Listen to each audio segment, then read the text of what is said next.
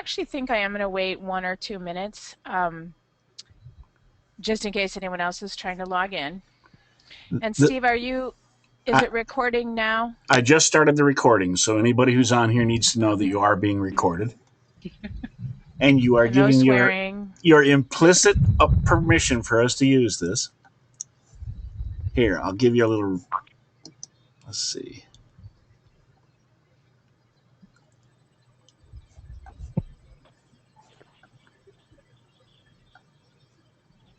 Oh, I can only see Danny's. Yeah, you see her screen. Okay.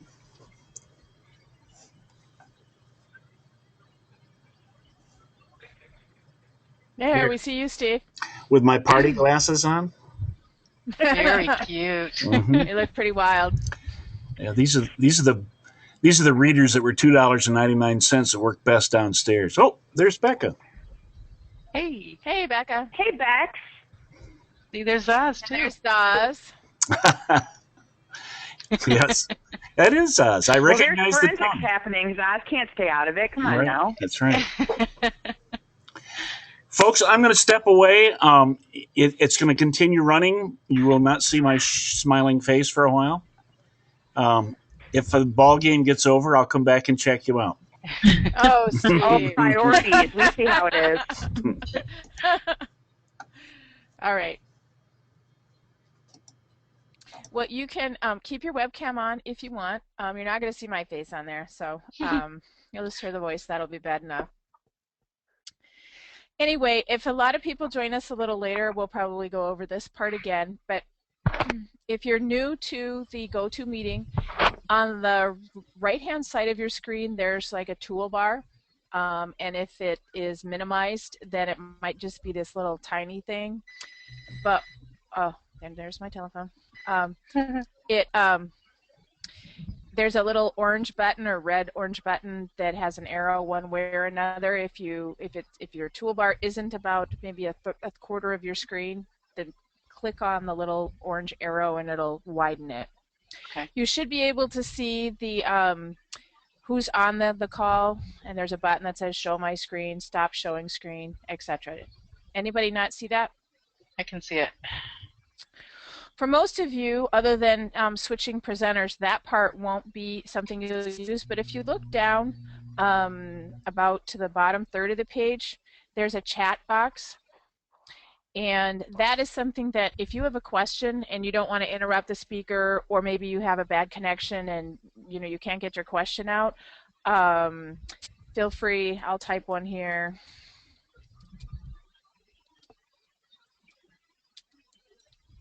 And then it's preset to go to the entire audience, and I'm just clicking send right now.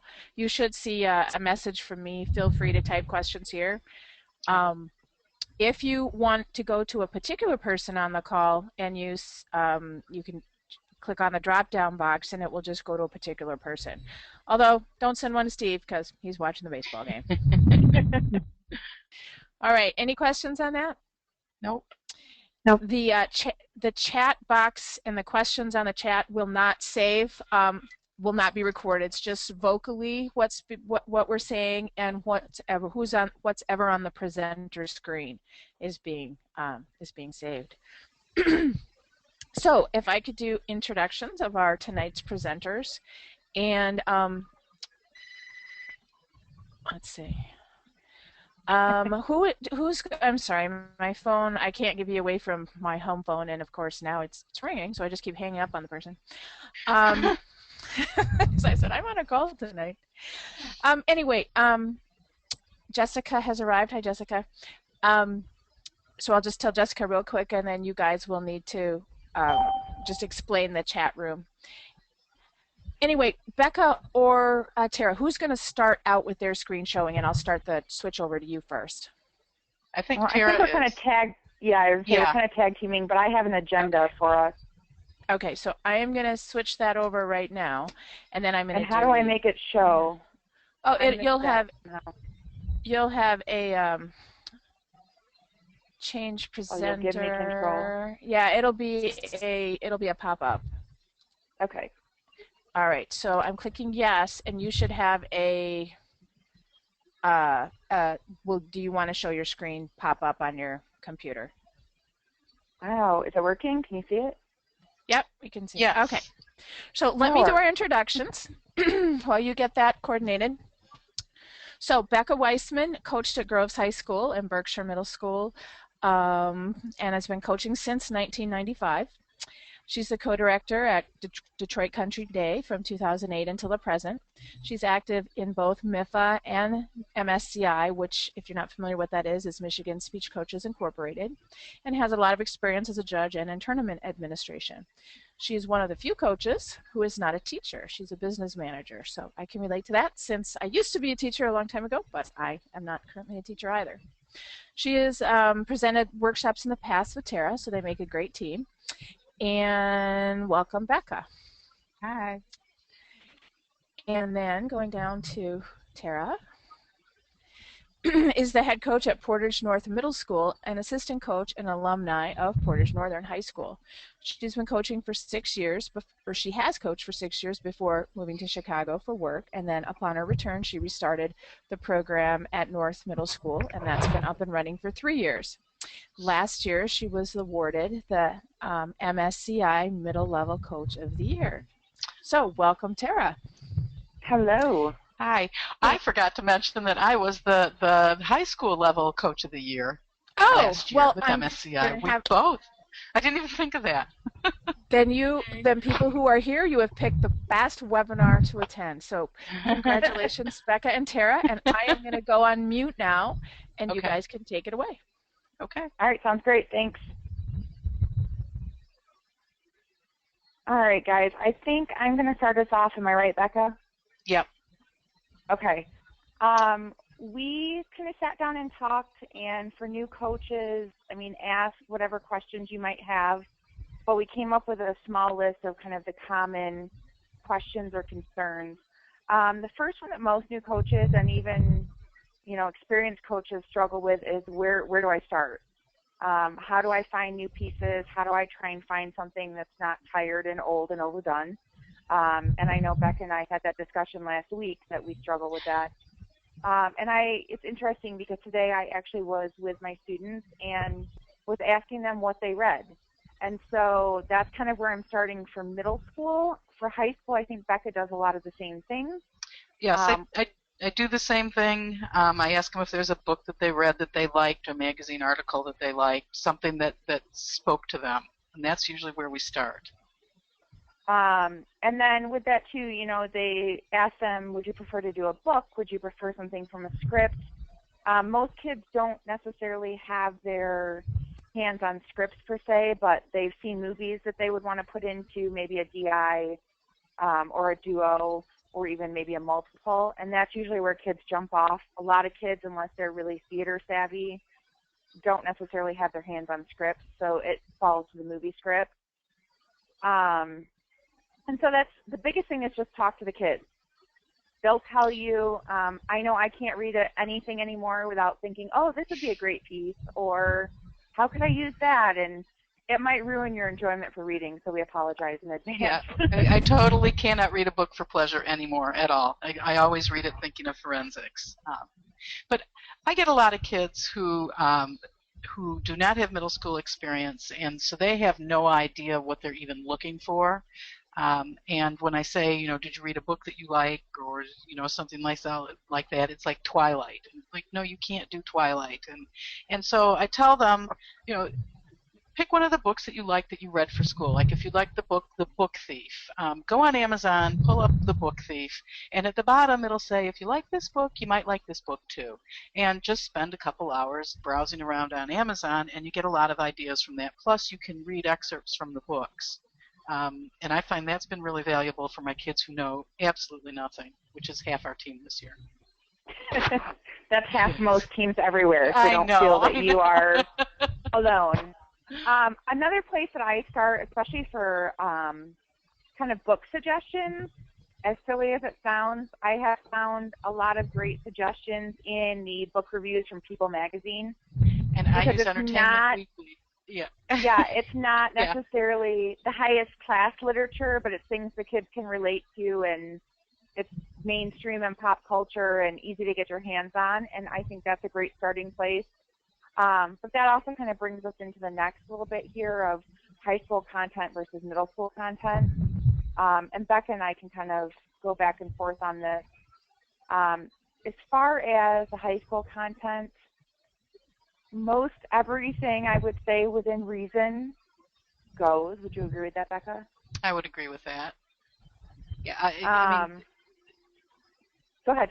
They like to do pieces, and they should be able to do pieces that speak to issues that are important to them. So you will get people who do, or kids who want to do pieces that have to do with drug use or sexuality or abuse, any other kind of abuse, physical or emotional abuse, and that's what a lot of them want to do. They absolutely should be able to do that.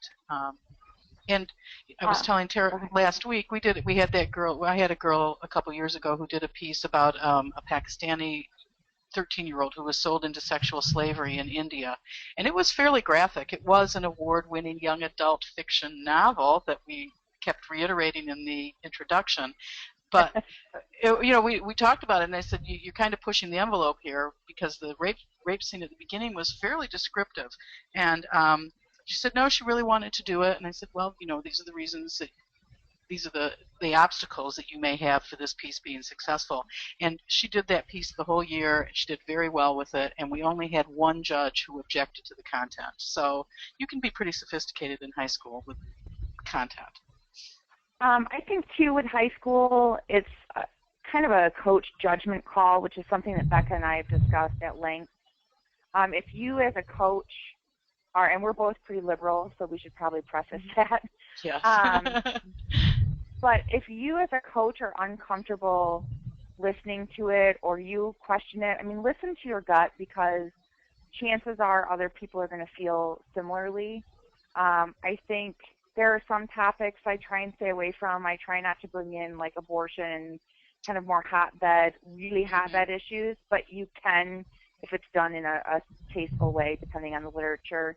And as far as language goes, this is a question we get a lot. In high school, I think about the only word I have never heard that has flown is the F word. Pretty much everything else, if used in context, is fine.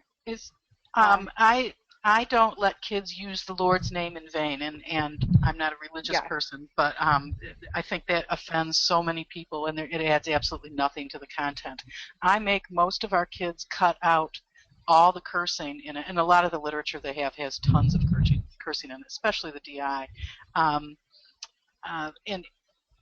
read it and listen to it without any of the swear words in it, and if it's fine without it, leave them out.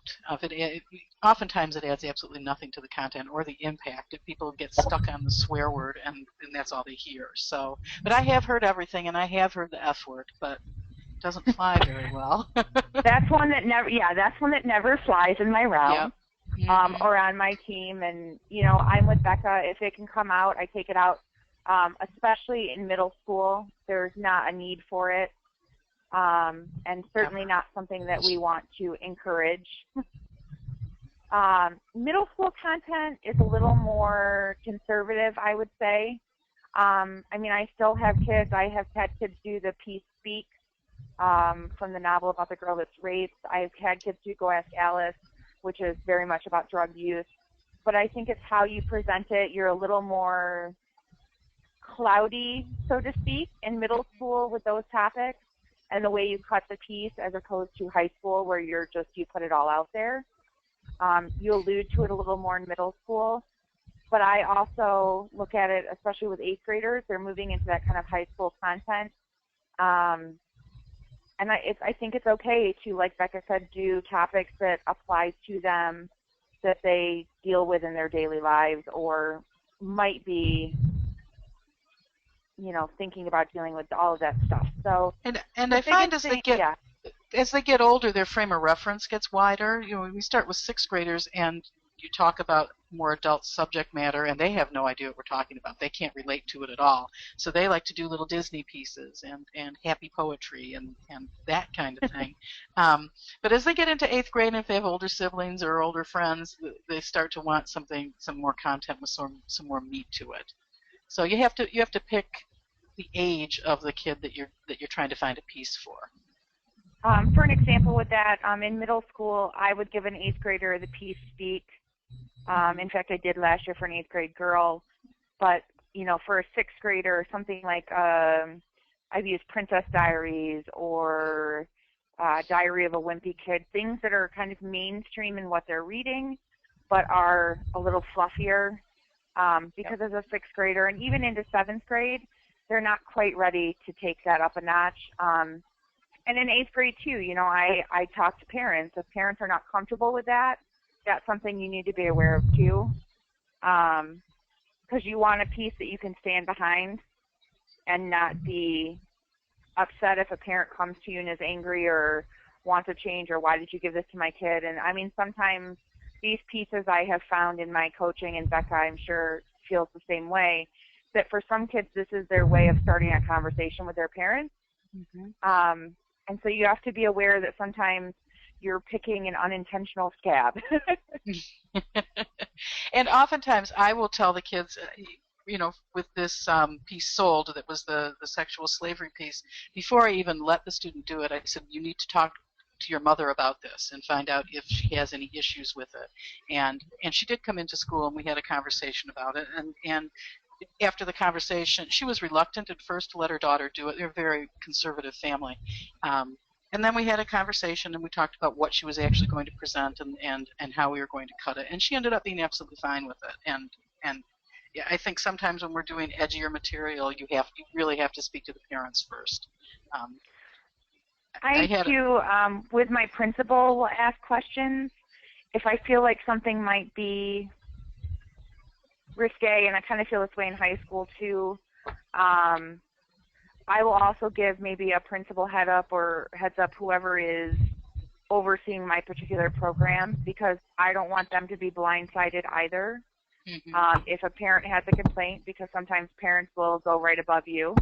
And I certainly wouldn't ever want somebody who supports me to get blindsided by, oh, you know, this kid is doing this piece about rape, and the parents are mad and what's going on. And so, you know, you have to be aware that it's a whole conversation. And we also share, I keep in mind that my students prior to the middle school tournaments, the 2 state tournaments, spend basically the entire day before in and out of classrooms performing for their peers. And so I try and keep something that, regardless of which level of class they go to, is appropriate. And I did the exact same thing when I coached middle school. We pulled kids out of class and they had performance week and they went to other classes and performed their pieces for their peers, which they did say was harder than anything else they'd ever done. But you do have to, you know, we didn't send some of the 8th graders to 6th grade classes because of the material they were doing. So be aware of that. As far as where to look, are there any questions on anything we've covered so far? I'm not seeing anything pop up, but just making sure. As far as where to look, I think it really depends on which category you are looking for. And I think Becca feels very similarly.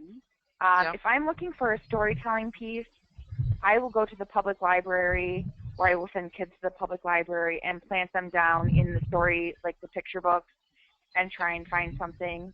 At Barnes & Noble tonight, I was sitting on the floor doing that very thing, just pulling books off the shelf and reading them and looking at them and getting a feel for what they're about. We have a library day where we go to we try and do 2 of them, but we go to the library at least once, and generally it's for kids who are interested in DI or storytelling. And we asked, actually, one of the librarians at our library, his daughter did forensics, so she kind of has an idea of what books work really well.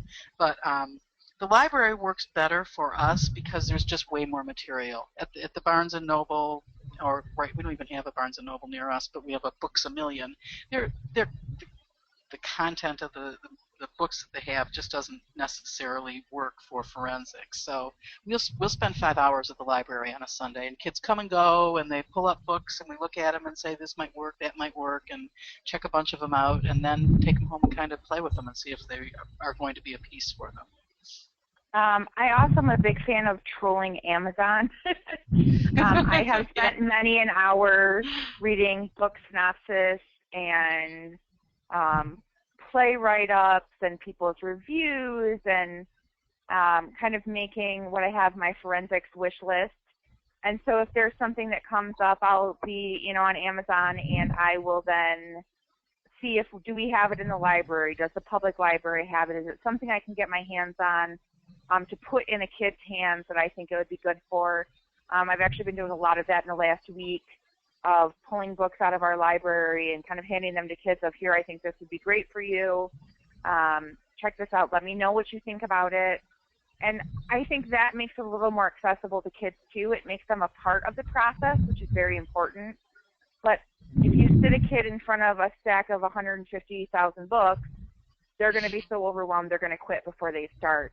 So if you can take a couple of books and be like, all right, here's what I have in mind, and here's kind of why I'm thinking it. Read these books. Let me know what you think, and let's talk, kind of mark what you like best about it, and maybe we can jump off from there.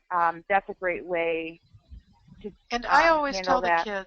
I always tell the kids, I'm going to give you several pieces or several ideas of things to look at, and just because I gave it to you doesn't mean that this is a piece that's going to work for you, especially with the younger kids who I don't know that well. So please, my feelings won't be hurt if you reject something that I gave you. And you really need to make that clear with them, that they can say no to something, and then I get a way better idea of what direction to take them in. So they're always really reluctant to say no. And when I first started coaching at Country Day, I gave this boy a poem, and I said, read it and see what you think, and let me know next week when I see you. And I came back, and I said, so what do you think of the poem? And he said, well, I memorized it. And I said, well, do you like it? And he said, no, you gave it to me, so I memorized it. And that's when I realized that I really, particularly at the school I'm at now, need to make it clear that just because I suggested something that is only a suggestion, it's not written in stone that they have to do that. I really like to involve them in the process because they have to live with those pieces for months, and we don't. So if they can... I see we got a question of how do we handle paying for the non-library material. I am extremely cheap, so I'm going to put that, I am frugal. And especially with all the budget cuts, we don't have a budget that like we used to. What I will usually try and do is if I find something on Amazon, I will see if I can hunt it down in a library. And, I'm here in Portage, Kalamazoo, so we have Western too, which is also a good resource. But even if you go to your library and let's say your school does not necessarily have the book or the play, which our library is getting a little better about carrying scripts because I am crabby and they like to keep me off their back. They are really good about talking to other schools, and the schools can usually loan within the district, so you can pull it that way. You can check public libraries. Sometimes you can get you can find them on like free ebook sites. You can find things like that. Google Books often has the book on you can read the majority of it and get a cutting from that. I know coaches, I haven't done it personally, but they order books from Amazon, copy what they're interested in, and then return it to Amazon. As an author's daughter, that kills me, Becca. I know. Well, I don't do it, but personally I don't. But I know plenty of people who do, and that's just a way of getting around having to spend a fortune on books because they're expensive. And well, I found too that kids tend to have, especially books that are popular that maybe are constantly out of the library or are so new that they haven't been kind of bought into the library yet, whether it be the public library hasn't gotten them currently or the school library doesn't have it. I'm thinking of a book right now called Wonder that we have one copy in our school that we cannot keep on the shelves. But if you say something that's team too, 9 times out of 10, somebody on the team will have the book that they will loan you, or even scripts. If I know, last year I did a multiple of The Little Mermaid, and I knew that the kids had done it for their musical, so I asked for the script, to borrow the script from one of the kids so that I could cut it down. So you can kind of find your way around it. You just have to be creative and you have to be frugal. As far as like movie scripts go, you can find a lot of movie scripts and television scripts online. And I've done that before, and then you cut from there. I did a multiple of Pretty Little Liars last fall at the middle school because I had girls that were dying to do it. And I used both the book and the script from the pilot episode. And I found the pilot episode script online, and so kind of cut from there and meshed the whole story together. Most things you can Google search and find it. I mean, as shady as it sounds, there's a whole lot of copyright infringement, and we just kind of smile and look the other way. People do it for us, and we just reap the benefit. You want to talk about copyrights and royalties? Yeah, why don't you field that one? Since I just said we reap the benefits. Yeah. I just had a student come to me with a play that hasn't been published yet, but the author has published a lot of other plays, and he would really like to do this piece. So I told him to email the author, and it was a one-man show, so to email the actor and request a copy of the script and tell them that it was only going to be used for forensics, and it was going to be 8 minutes, and they weren't going to produce it as a play, and that he, swore up, down, and sideways he wasn't going to give it to his theater director. And we've done that before. We got a script from Jeff Daniels that had never been published before because he was willing to give it to us. As far as royalties go, I think we always got around it just based on the fact that it was because we were doing it for forensics and we weren't doing a whole performance. And copyrights, I don't think I'm not sure what the copyright issue is. We don't have to prove anything's been copyrighted anymore. With the copyright, it falls under, because I actually asked this, being the nerd that I am, at one point, and it falls under kind of the same rules because it's for an educational purpose. And so it's very similar to how things are in class, that as long as you're not producing it, I mean, that's why have been quite a few issues with taping performers and, say, putting them on YouTube. It's because that's where the copyright infringement really comes into play. But because it's for an educational purpose, we haven't really run into I've been doing this since 1995, and we really have never run into problems with it. We also don't allow our students to post anything on YouTube unless it's on a private domain somewhere, so that it's not open to the public. But even before the internet and everyone was finding pieces and posting their performances, and you can go on and you can see every NFL performance for the past umpteen years on YouTube. We just didn't run into that problem. People are always nervous about it and concerned, but it just wasn't a problem, and I just kind of ignore it. They have to find us first. I agree with that. Yeah. We'll leave it at that. Yeah. One of the things that Becca and I really talked about the other night when we met up was kind of the struggle, especially as a new coach, of looking at kind of the daunting task of cutting a piece of literature, and whether that be, a storybook for storytelling, whether that be some sort of children's literature for that, or something for prose or DI, or even dual and multiple. It can seem like your own personal Everest. And I know that was something we talked about as new coaches we struggled with, and even as seasoned coaches we've continued to struggle with. And so I just kind of wrote down a couple hints that we had talked about. The biggest thing is, and kids struggle with this as well, when they come to you, they want to do the whole book. If I come to you with a book thief, I want to tell the whole story of the book thief, all 400 pages of it, and I want to do it in my 8 minutes or my 7 minutes if I'm middle school, go. Well, that's just not going to happen. So it's talking to them, and it's, maybe knowing some of the literature yourself, and knowing, okay, what's the most intriguing part of this? When you read this, what was that?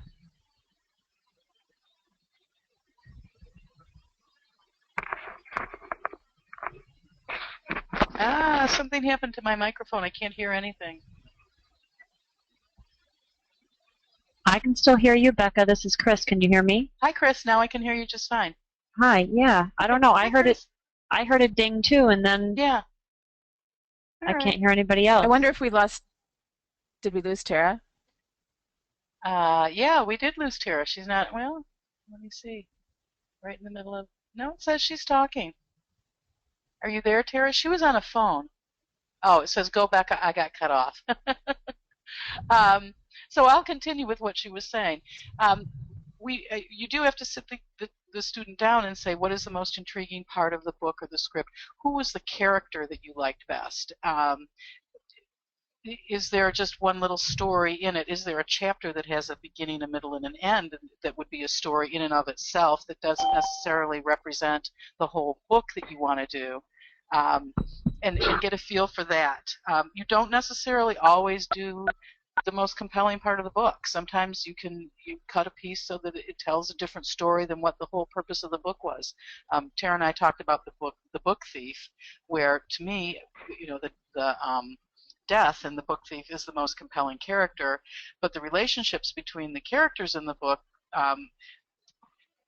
the most compelling characters to me were not Liesl and Rudy, the two kids in it, but that's who we used. We used Death, Liesl, and Rudy because we could make a good story out of it. And sometimes it changes kind of the focus of what the book is, but you still get a decent piece out of it. And one of the other pieces that Becca and I talked about, sorry, apparently my cell phone is being cranky this evening, was the piece Little Bee, which we both had read the entire book of, and it won, I believe, state 2 years ago. I think so, yeah. Or at least was a finalist. And it's interesting because kids kept coming up and telling me about this piece. And I said, my guess would be they probably just used the first chapter. And the kids kind of looked at me, and I'm like, well, tell me the piece. And they told me, and I was like, oh, yeah, that's only the first chapter. And the kids were flabbergasted. And I told the kids, I said, if you were to read the whole book, the book is completely different than what that chapter puts out. And we also talked about the book The Lovely Bones, which is very similar to it, where it did win the state championship, I think, more than once. And the people who did it and did well with it only did the first chapter, which is completely unrelated to the rest of the book, except it just sets it up. And also the same with Extremely Loud and Incredibly Close, I believe, was the other one we talked about that kind of fell into that, where the part that really grabs people, because you can't build all of those relationships in that time, and especially with Extremely Loud and Incredibly Close, it's all about this journey the kid has. Well, you can't show that journey completely and feel it the way it needs to be done in 8 minutes. But the part where he is reacting to his father kind of saying goodbye in the Twin Towers, which is a very tiny portion of the book as a whole, is really what people have turned into a piece. And it makes a phenomenal piece, but it's absolutely not the main gist of the book. And once you read the book, you get a much different story than just that little bit. But it's teaching kids, too, that sometimes that's what you have to do.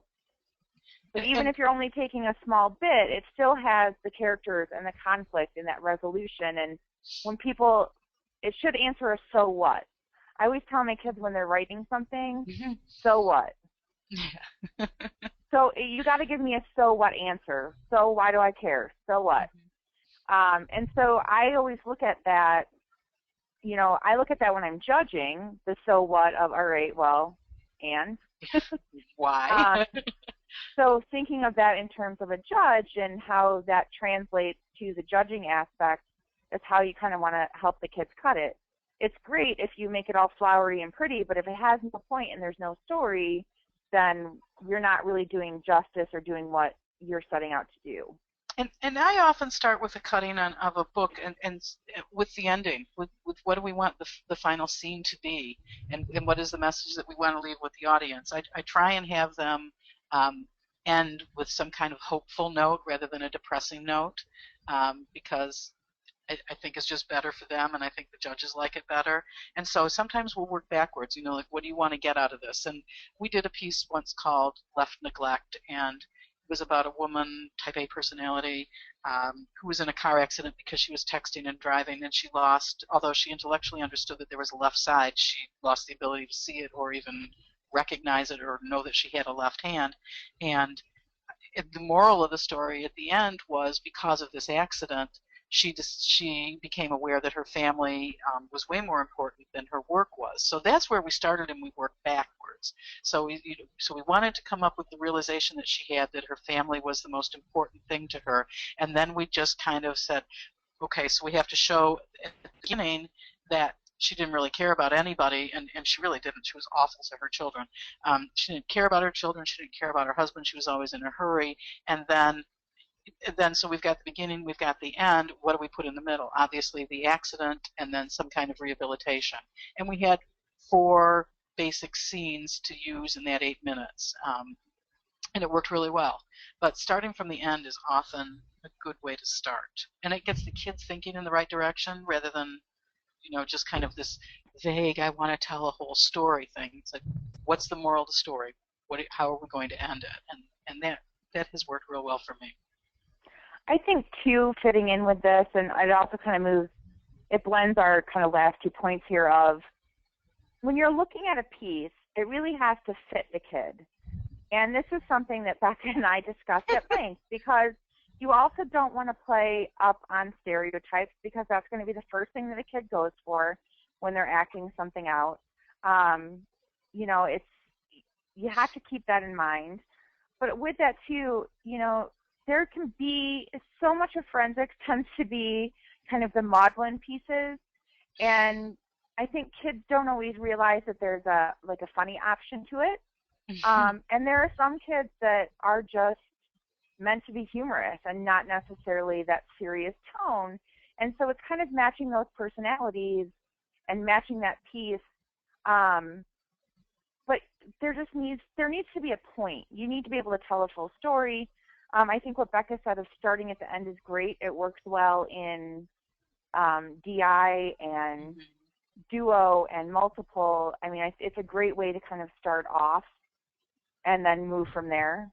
I'm trying to think of poetry we haven't really touched on. Yeah. I was just working on poetry today.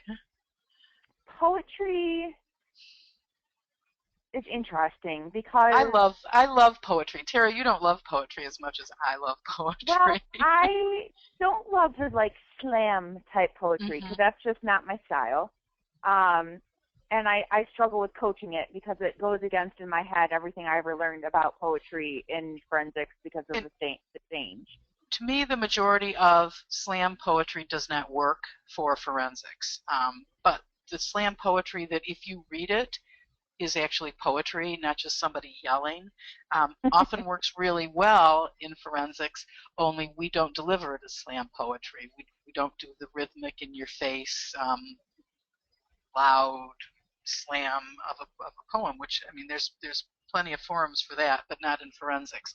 And I've been really successful doing slam poetry by good poets, but not slamming it.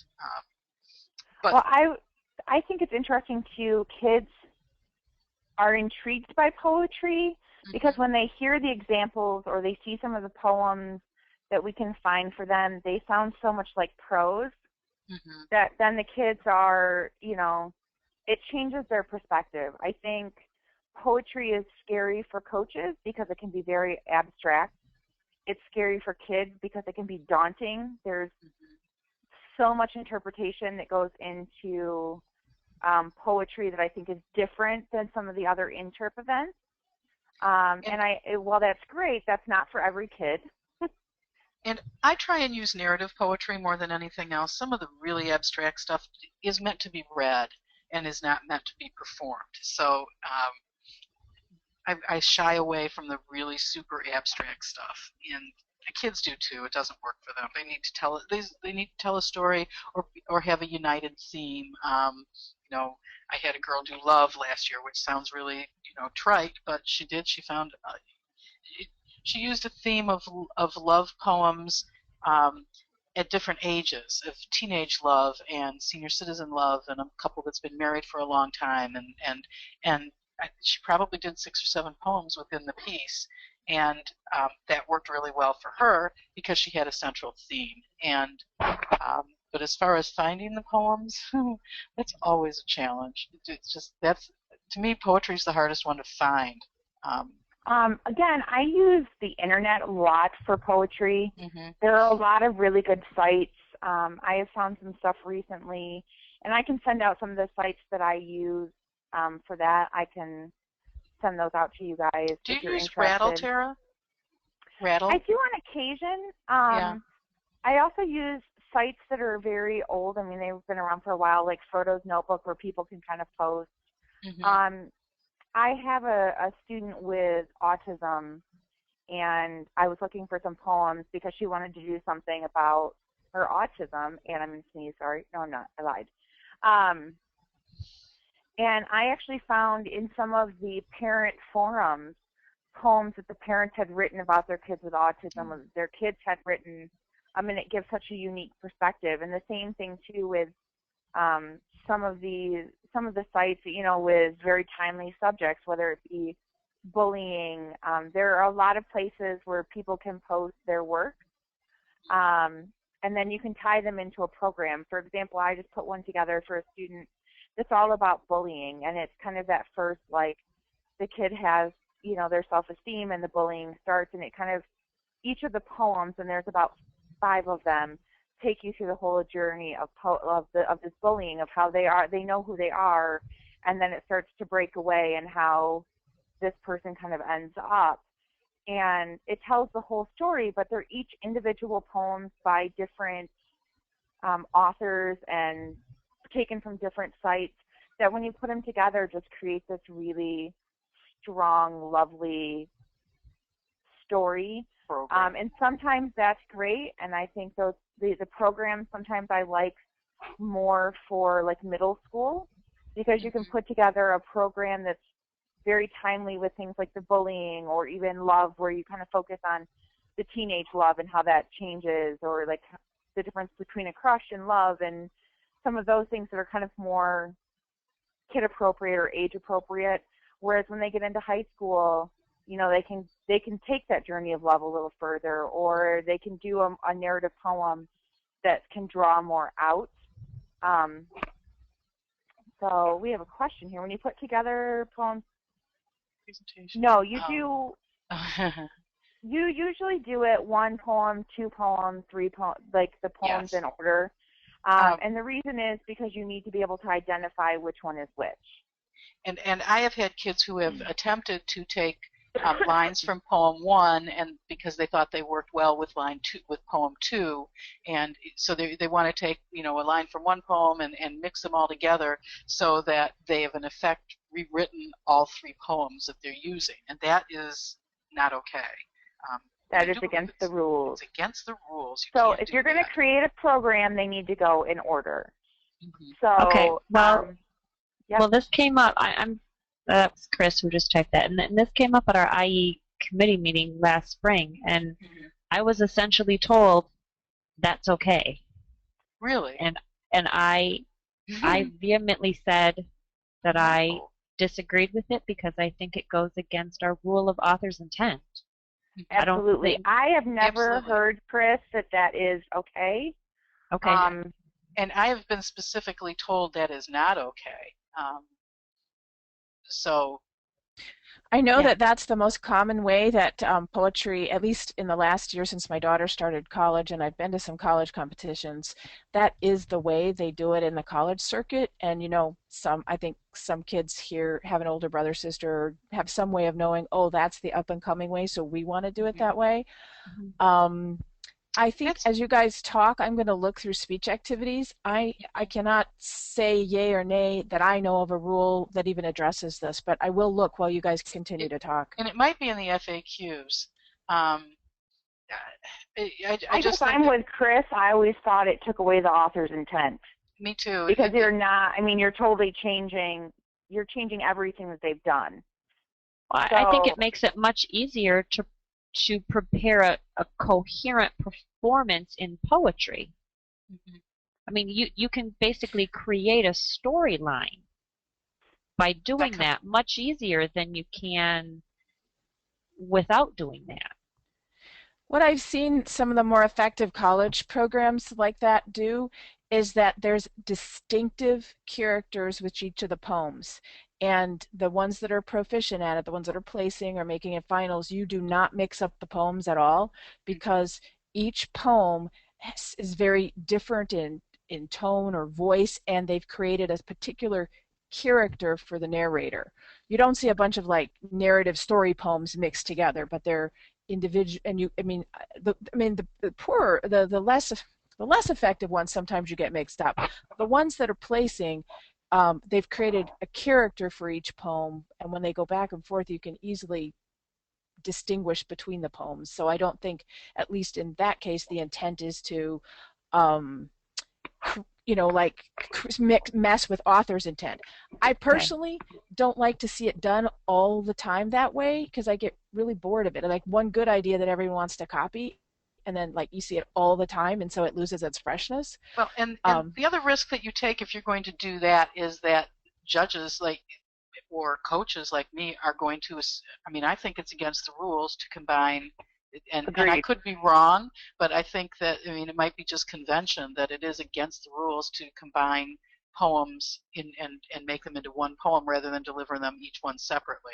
Right. And I also think a lot of people in MIFA would probably judge that the same way, and I would be concerned that it would be a challenge. Not that we necessarily have a rule.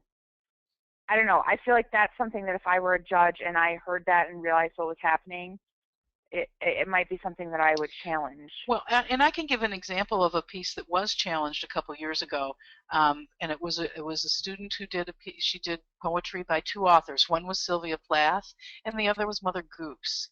And she would do part of a Sylvia Plath poem, and in the middle of it, it was the Sylvia Plath really crazy suicide stuff.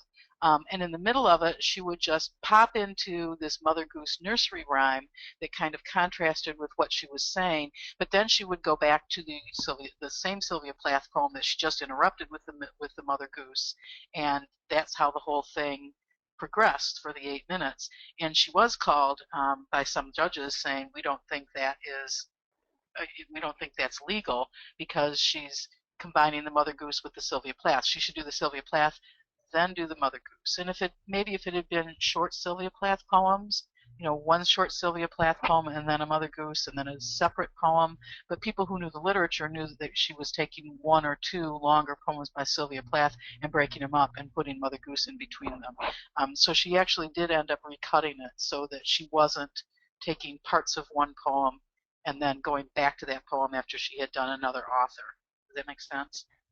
Yeah. That might be a really good question for Steve, something to bring up to Steve and also the committee, is do we have anything that explicitly says this?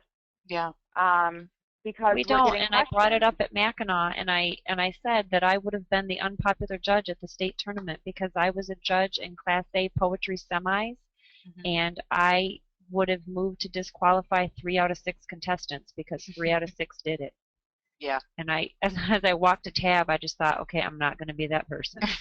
Because nobody I agree with you. I would have struggled with that too, because that just doesn't.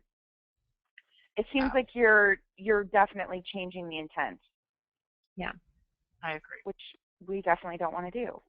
That was in a semifinal, Chris. You had 3 that were doing that. Wow. Yep, semifinals of states, and that's what I just thought. How can this be? And where and then I thought, well, maybe I must be missing something. So when I brought it up at Mackinac, people looked at me like I was crazy, and really, of course, why wouldn't you let kids do that? And when I brought up author's intent, because one girl was mixing like Maya Angelou with Alicia Keys, and I said, well, I don't know, unless they got together, and decided that this is what they were going to do, and I don't know, it was really So hard. She was doing part of a Maya Angelou poem and then inserted some Alicia Keys and then went back to the same Maya Angelou poem? Yes. Wow. Okay. Like she took the Maya Angelou poem Caged Bird, and she did one stanza and then some Alicia Keys lyrics and then another stanza of the Caged Bird and then some other Alicia Keys lyrics and then another stanza. I think that since we can't necessarily, I think we're all in general agreement on this. Yeah. But since obviously there's not a consensus, that's something we should talk to the committee about. Yeah. And that's something that Becca and I can talk to the committee members about and see what we can find out and let you know. Are you on the IA committee, Chris? Yep, and when I bring it up, I'm sort of the unpopular crazy one. And I just say, well, why do we have speech activities then? Like, what does author's intent mean? And I mean, I have issues with the concept of author's intent in some categories where I disagree with the concept of it, but in poetry, for sure, I think that we shouldn't be rewriting the literature at all. And that's what they're doing when they're doing what you described. I think that's a good topic for maybe the FAQs, and have somebody actually pull out these speech activities. Just was it rewritten this year? Has it been approved? I don't know. But I know that they've been working on it. I know that Steve was working on it. So I think it's important to get that clarified, so that we don't have, someone judging at state and thinking that 3 of the kids were doing an illegal piece.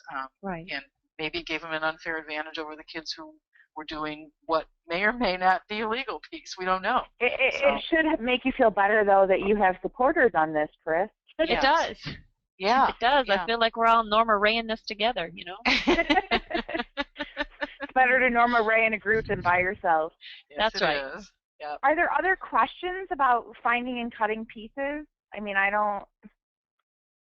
it's something that as you're going through literature, books, poetry, anything, you will just kind of start to get what I call forensics brain, where as soon as you start reading something and you kind of feel that click, then all of a sudden you're like, hey, that would make a great piece. And well, when I read little blurbs, little book reviews of book jackets, often the book jackets sound exactly like an introduction, and it's like, oh, well, this would make a good piece. I mean, I just picked up a book the other day that I read, and it's a story of it's so cliche forensics, but we're still going to do it as a piece. It's a story of a 24-year-old woman who's 4 months pregnant, whose husband dies in a freak skateboarding accident on Father's Day, and it's like, wow, that sounds like a forensics piece. So, and just by reading the description of it in the book jacket, it gave us a good clue that might make a good piece. Some of them don't, though. Yeah, some of them disappoint you. Yes. You're like, yes, forensics gold. Oh, not so much. There's a book out called The Interstings. Have any of you read that? I have not. If you look it up on Amazon, it's like it's set at a camp similar to Interlaken with all these gifted kids or in the 70s.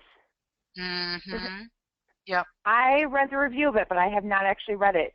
Well, it sounds like it'd be great. It's horrible. They were all friends at this arty camp, and then they all went their separate ways, and one got really successful and other people didn't. So it just turned into a soap opera. It never addressed the fact that these were kids who were basically theater kids or music kids who felt gifted, and then as they went on, how their giftedness became less special as they got older. That's what I thought. That's what it sounded like it was going to be about. That's not what it was about. So you have to be pretty careful. It's interesting too, and something that I have found and is a great selling point to principals and parents, is that kids that do forensics, especially if they are in prose or even storytelling, poetry, you tend to find a way to make kids read that maybe wouldn't necessarily pick up books, which with the push for literacy, with absolutely everything we do in schools these days, it's great because you have kids too that are so excited about forensics that they're reading books when they normally wouldn't because they want to find the perfect piece to have the perfect season, and I think that's fantastic too. And I think that's why when I start by talking to the kids, because I'm the first to admit that I have some old favorite standbys that are as overdone as anything on the planet, but sometimes you just really like to see them. And it's nice to get something new and some new blood. And we've talked about this. We do like to get new pieces and something new that no one has ever seen before, but not every piece is like that. And there are good pieces out there that are done over and over again. And I used to be really opposed to recycling pieces, but then I kind of changed my attitude in that the kids, it's new literature to the kids. They may not, I mean, to them, I just went through the whole thing with yellow wallpaper today, where kids thought they thought that was a great piece. I was like, oh my God, I've seen that 100 times. But to them, it's brand new, and it was a piece that appealed to them. They're not going to do it, but by the same token, there's pieces that, like Tara and I were talking about, the audition or Sure Thing, that every few years you can pull them out and do them because they're decent pieces and the kids enjoy it, and the judges are not necessarily, the judges don't last as long as the kids do sometimes. I mean, there's very few of us. We had the discussion about the piece of Net and Gina too. Without fail, every single year I have a middle school couple of girls that want to pull out a Net and Gina, and I think I could probably recite all of a Net and Gina myself. I've seen it so many times and coached it so many times. But it's one of those pieces that will always get laughs and people always enjoy, and it's, even if you're sick of it, you can't help but smile when you hear it and realize that's what they're doing. Yeah. And although we're sick of it, it doesn't mean anybody else is sick of it. Yes. And for some people, it could be the first time they've ever seen it. Yeah. You can say it in your sleep, and for other people, it's something brand new and mind-blowing to them. So, sometimes the oldies are goodies, and it's okay to come back to them and, keep your faithful friends. Yes. I wanted to talk about these duo books that are out. Have you seen those, Tara? I have not. It's a forensic series of duos specifically written by Barbara Lota, Lhota, and someone else I can't remember. And I think there's 4 or 5 of them in the series, and it's forensics duos for 2 girls, comedic duos for 2 girls, comedic duos for a boy and a girl, dramatic duos. And they're specifically written for forensics. I don't love them for high school forensics because right now they're all only 2 characters and they're all pretty formulaic. But for middle school, I really liked using those books because even though they say they're 10-minute scripts, they're really not. They're like 13-minute scripts, and there's a lot of redundancy in the scripts. So it's a good way to get the kids into cutting their own pieces, or at least experiencing how to cut things, because it's really, to us, it's really obvious what can come out, and it's a really good lesson for the kids on how to do it and how we go about it. And we've been using those. I can send you the links to the books. They sell them on Amazon. That would be awesome, Becca. Yeah, they're great for middle school. And there's also the lesson in it that we don't, usually when we cut, it's so hard to cut with the kids there. Sometimes we'll have 100 pages that we copied out of a book and just kind of throw them all over the place. We literally are cutting them, but it's a hard process for the kids to get used to, and I don't like cutting everything myself. I like them to have some input into it. So I like them to maybe, and more so with high school or my 8th graders at the middle school, I will say, okay, do your first cut. And they'll come to me, and instead of being 150 pages, now it's down to 50 pages. Okay, do another cut for me. Yep. And then once it gets down into like 20 pages, okay, so now you're stuck because this is the stuff you say you absolutely can't get rid of because it'll ruin your life and it will ruin the story. And what are you thinking, Coach Heywood? You're nuts. Yep. And then we'll talk it out. And by the time you've talked it out, you usually have talked those pages down to, 5 pages, and it's just kind of trimming here or there. Because once they start to realize that they don't need every detail, and that it's not, so I think sometimes kids think that because it's on the page and it's involved, setting up even the scene there, that, you're not going to necessarily say that to me. And you're not going to put that on the piece because you're going to set that with what you're doing. And I think once kids start to understand that fact, and even as a coach, it was a mind frame switch for me. I have never been accused of being short-winded or understated or using too few words on anything. And so that was a struggle for me too. Is how do I make this manageable? And I think that's once that formula starts to get figured out, then you can, the kids can start to help out. And it's unrealistic to think that you're going to cut a brand new piece for everybody every single season, every single year. It's just not going to happen. You can't.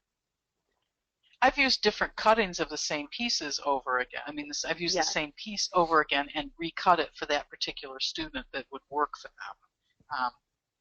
But I also have the basis to start with. At least I know the story, and I know what works and what doesn't work. So that's how I do it. Well, guys, it is 8 o'clock. Okay. Are there any last questions? I do want to show you where these webinars will be stored and where the links to sources or to any material that are used will be posted. Chris, do you have any more questions before we switch to that? No, this has really been great. For as long as I've coached, it's just always really good to have these conversations. Thank you. Well, and Chris, if you have questions, feel free to email. You can email me. You can email Becca. Yeah. Okay. I mean, we're very open doors, so whatever you need. Chris, while I'm switching over, can you type your email into the chat box so I make sure and have it? Sure. Or that we all have it, and then we can send that around. Tara, if you can give me the screen back. Yes. Change presenter. Yep. Yes. I'm going to die. Yes. There you go. All right. All right. Did I do it? You did it. Yeah, it's perfect. Yes. Okay. You're so smart. And Becca, I am going to minimize you really quick. Sorry, but I want to show the screen. So here's the MIFA homepage. If you go themifa.org, this is what you're going to see. Not always will a webinar be the first thing that pops out, but if you go, can you see my cursor? And you go over to resources. And honestly, I know that all of us on the call have received these things. This is actually for people who will be watching this later. This is recorded for posterity. So anyway, the resources tab, go ahead and click it. And then alphabetically, these different topic areas are listed down towards the bottom of webinars.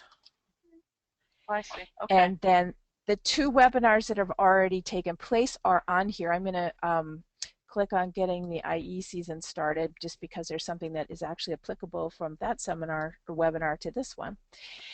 And so a little blurb on, presenters and what it's about. And then the video click is right here. And then in that particular webinar, we brought up on our screen a lot of different attachments. And Steve asked if they were like Word docs or whatever, or it could be just sending him a link. We've talked on this webinar about a lot of links. And anyway, he will post that here.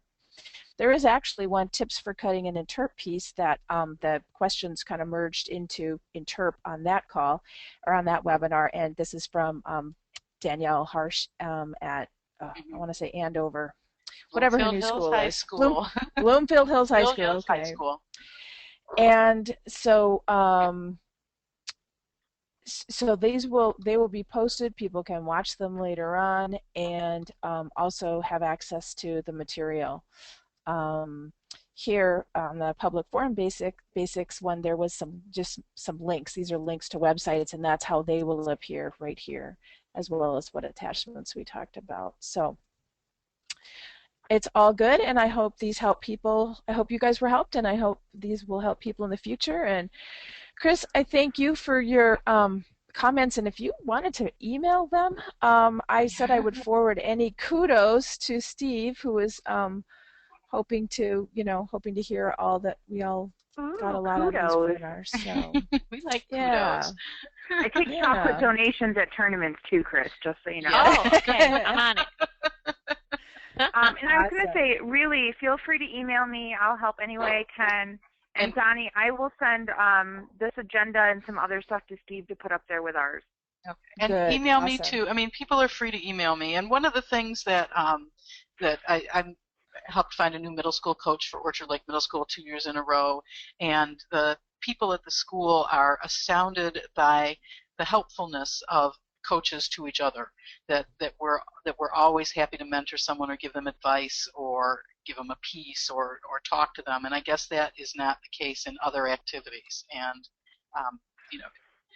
I'm always happy to to help anybody do anything with forensics. So feel free. And then there's always Oz, who we all know will help anybody anytime. Awesome. All right. Well, Okay. thank you so much, Becca and Tara, for presenting. This was a wonderful seminar or webinar. I keep saying seminar, webinar.